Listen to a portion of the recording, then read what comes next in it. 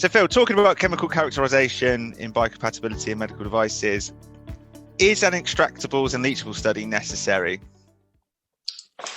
Well, strictly speaking, according to ISO 10993 Part 1, then you don't necessarily have to do one. You need to fully chemically characterize your device. And it does go on to describe how this may be possible through a paper-based theoretical chemical characterization based on some worst-case assumptions of everything leaching out. However, what we've learned from experience is that this is very often difficult to do, in that most manufacturers don't know absolutely every ingredient, material, processing aid, which they use, which their subcontractors use, which their suppliers use. So increasingly we're seeing requirements from the notified bodies and competent authorities to perform an extractables and leachables study. So if someone was to do an extractables and leachables study, would they then avoid biocompatibility testing? They may be able to avoid some biocompatibility testing, but unlikely to be able to avoid all testing. Typically, the results from your extractables and leachables study and the follow-on toxicological risk assessment of the output from that analytical work can be used to address the systemic toxicity endpoints. So that's things like subacute toxicity, subchronic, chronic toxicity, reproductive toxicity, carcinogenicity, genotoxicity. So those are the kind of endpoints which may be able to be addressed via this extractables and leachables. What's less clear is how useful these data can be to address endpoints where there's some local involvement.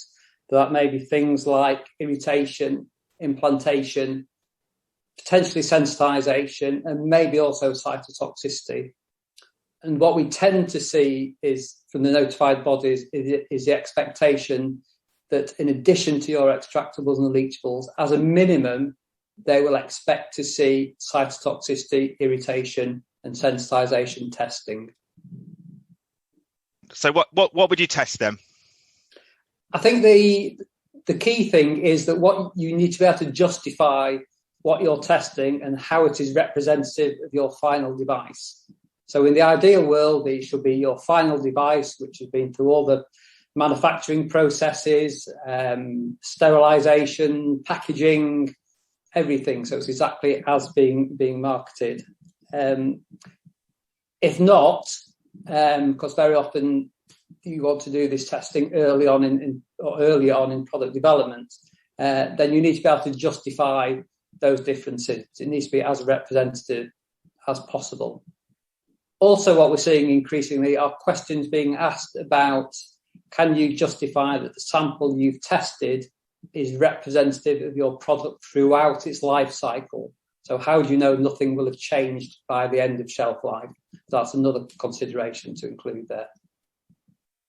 And when people are getting around to testing, how do they pick a good lab? What would be your advice there?